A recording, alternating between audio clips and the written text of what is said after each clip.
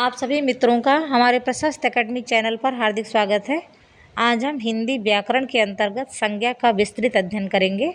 पहले हम संज्ञा की परिभाषा देखेंगे। किसी व्यक्ति, वस्तु, स्थान के नाम को संज्ञा कहते हैं, अर्थात संसार में जितने भी नाम हैं वह सभी संज्ञा हैं। संज्ञा के भेद कितने होते हैं? तो संज्ञा के 5 भेद होते हैं। व्यक्तिवाचक संज्ञा, जातिवाचक संज्ञा, द्रव्यवाचक संज्ञा, समूहवाचक संज्ञा और भाववाचक संज्ञा। व्यक्तिवाचक संज्ञा, जिस संज्ञा शब्द से किसी एक व्यक्ति या वस्तु का बोध होता है उसे व्यक्तिवाचक संज्ञा कहते हैं। किसी एक व्यक्ति का, जैसे राम श्याम, गांधी जी। जैसे व्यक्ति के नाम, जैसे श्याम, गांधी जी, राम, सुरेश, मोहन आदि। दिशाओं के नाम, जैसे उत्तर, दक्षिण, पूर्व, पश्चिम। देशों के नाम, भारत, जापान, अमेरिका, रूस, इंग्लैंड, जो भी जितने भी देश हैं सभी के नाम संज्ञा हैं। समुद्रों के नाम, जैसे काला सागर, भूमध्य सागर, प्रशांत महासागर और जितने भी समुद्र हैं सभी संज्ञा हैं।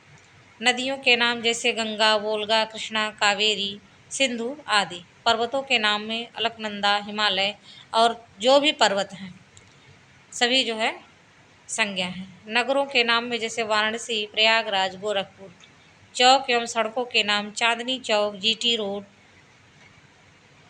पुस्तकों एवं समाचार पत्रों के नाम, जैसे रामचरितमानस, ऋग्वेद, धर्मयोग, इंडिया नेशन, दैनिक जागरण आदि। दिनों या महीनों के नाम, जैसे सोमवार, शुक्रवार, ये सब जो हैं वो संज्ञा है। महीनों के नाम में जैसे हिंदी का नाम लीजिए चाहे अंग्रेजी के नाम लीजिए, सभी संज्ञा हैं। त्योहार, उत्सवों के नाम, होली, दिवाली, तीज, हरितालिका तीज, ये सभी क्या हैं? संज्ञा हैं। ऐतिहासिक युद्ध स्थलों के नाम और ऐतिहासिक घटनाओं के नाम, जैसे किसान विद्रोह, कारगिल युद्ध, पानीपत का युद्ध, मराठा युद्ध, ये सब क्या हैं? ये सभी संज्ञा हैं। फिर जातवाचक संज्ञा, जिन संज्ञाओं से एक ही प्रकार की वस्तुओं अथवा व्यक्तियों का बोध हो उन्हें जातिवाचक संज्ञा कहते हैं। एक ही प्रकार, ध्यान दीजिएगा, अर्थात व्यक्तियों या वस्तुओं की पूरी जात का बोध होता है उसे जातिवाचक संज्ञा कहते हैं। मनुष्य में जैसे लड़का, लड़की, आदमी, औरत, भाई, बहन अगर कह दिया गया तो लड़का लड़की वो 2 साल का भी हो सकता है, 5 साल का भी हो सकता है और 10 साल का भी हो सकता है। इसी तरह लड़का, लड़की, आदमी, औरत, भाई, बहन आदि। पशु पक्षी, गाय, घोड़ा, तोता, मोर, बकरी, इन सब का अगर नाम ले लिया जाता है तो सभी जो है सभी प्रकार के पशु पक्षी इसमें आ जाते हैं। गाय में अगर कह दिया जाए शाहीवाल तो वहाँ पर व्यक्तिवाचक संज्ञा हो जाएगा। वस्तुओं के नाम में, जैसे घर, घड़ी, मेज, कुर्सी, किताब आदि। इमेज नहीं, मेज। पद या व्यवसाय के नाम में, जैसे शिक्षक, लेखक, मंत्री, जुलाहा, प्रोफेसर, ठग आदि। फिर भाववाचक संज्ञा, भाववाचक संज्ञा उसे कहते हैं जो किसी भाव, दशा, धर्म, गुण या कार्य का बोध कराए। भाववाचक संज्ञा की गणना नहीं हो सकती, उसे छुआ या देखा नहीं जा सकता, जैसे क्रोध, लोभ, मोह, आनंद, यौवन आदि। अर्थात जब हम भाववाचक संज्ञा की बात करेंगे तो वहाँ किसी वस्तु या व्यक्ति की बात नहीं होगी बल्कि भावों की बात होगी। यह कहा जाए कि मुझे बहुत क्रोध आ रहा है तो वो भाव क्या है उसे सामने वाला समझ सकता है कि क्रोध का अर्थ क्या है। भाववाचक संज्ञा का निर्माण जातिवाचक संज्ञा, विशेषण, क्रिया, सर्वनाम और अव्यय में प्रत्यय लगाकर किया जाता है। ये इम्पॉर्टेंट है। अब नए प्रश्नों में आता है, इस प्रकार के प्रश्न पूछे जा रहे हैं कि भाववाचक संज्ञा का निर्माण किससे नहीं होता है? तो इस इतने से तो होता है, जातिवाचक संज्ञा, विशेषण, क्रिया, सर्वनाम और अव्यय में प्रत्यय लगाकर। जातिवाचक संज्ञा से हम भाववाचक संज्ञा कैसे बनाएंगे? जैसे बूढ़ा से बुढ़ापा, लड़का से लड़कपन, मित्र से मित्रता, दांत नहीं दास, दास से दासत्व, पंडित से पंडिताई। फिर है भाववाचक संज्ञा विशेषण से कैसे निर्मित होता है? तो गर्म, गर्म से गर्मी, सर्द से सर्दी, कठोर से कठोरता, मीठा से मिठास, बड़ा से बड़प्पन, छोटा से छोटप्पन। फिर क्रिया से भाववाचक संज्ञा कैसे बनती है? जैसे घबराने से घबराहट, सजना, सजना से सजावट,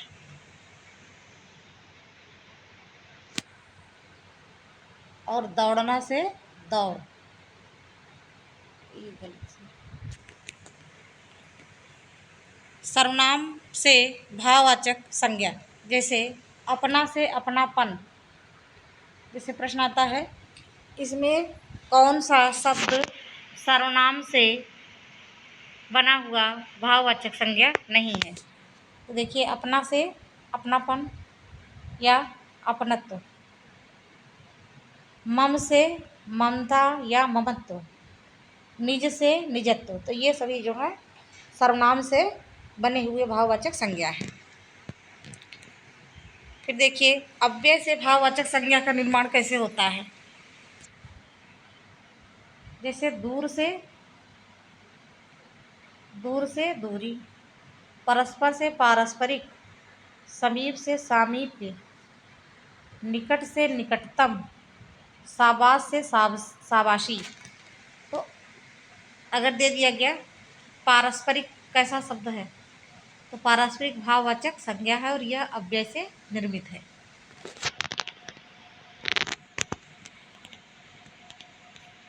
समूहवाचक संज्ञा जिस संज्ञा से अनेक वस्तुओं या प्राणियों का बोध हो उसे समूहवाचक संज्ञा कहते हैं। जैसे व्यक्तियों का समूह,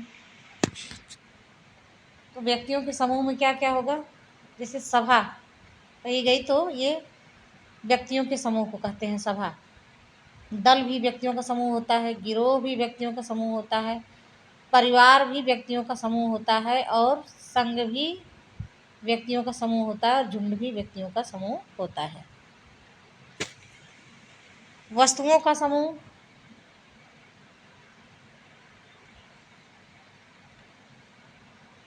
जैसे गुच्छा, तो चाबी का गुच्छा, पुंज, मंडल आदि।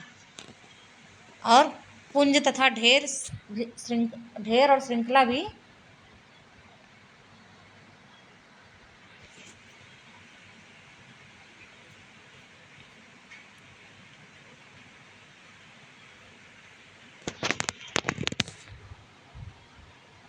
भी समूहवाचक संज्ञा है। एग्जाम में ये खूब पूछा जाता है, श्रृंखला कैसी संज्ञा है? तो ये समूहवाचक संज्ञा है। पशुओं के समूह को रेवण कहते हैं।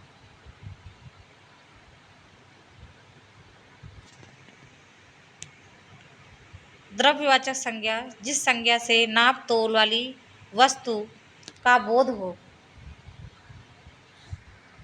बोर नहीं बोध हो,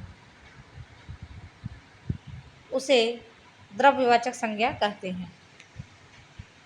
जैसे लोहा, सोना, चांदी, तांबा, दूध, पानी, तेल, गेहूँ, चावल, मटर, सरसों आदि ये सभी नापी तोली जा सकती हैं। अब यहाँ पर कुछ इम्पोर्टेंट तथ्य दिए गए हैं। सुमन हमारे घर की लक्ष्मी है। तो पूछा जा रहा है कि इसमें कौन सी संज्ञा है? तो यहाँ पर सुमन तो व्यक्तिवाचक संज्ञा है, लेकिन लक्ष्मी जो है वो जातिवाचक संज्ञा है। गांधी अपने समय के कृष्ण थे, तो गांधी जो है व्यक्तिवाचक संज्ञा है। लेकिन कृष्ण जो है वो जातिवाचक संज्ञा के अंतर्गत है। आजकल जयचंदों की कमी नहीं है, तो यहाँ जयचंद भी जातिवाचक संज्ञा के अंतर्गत होगा।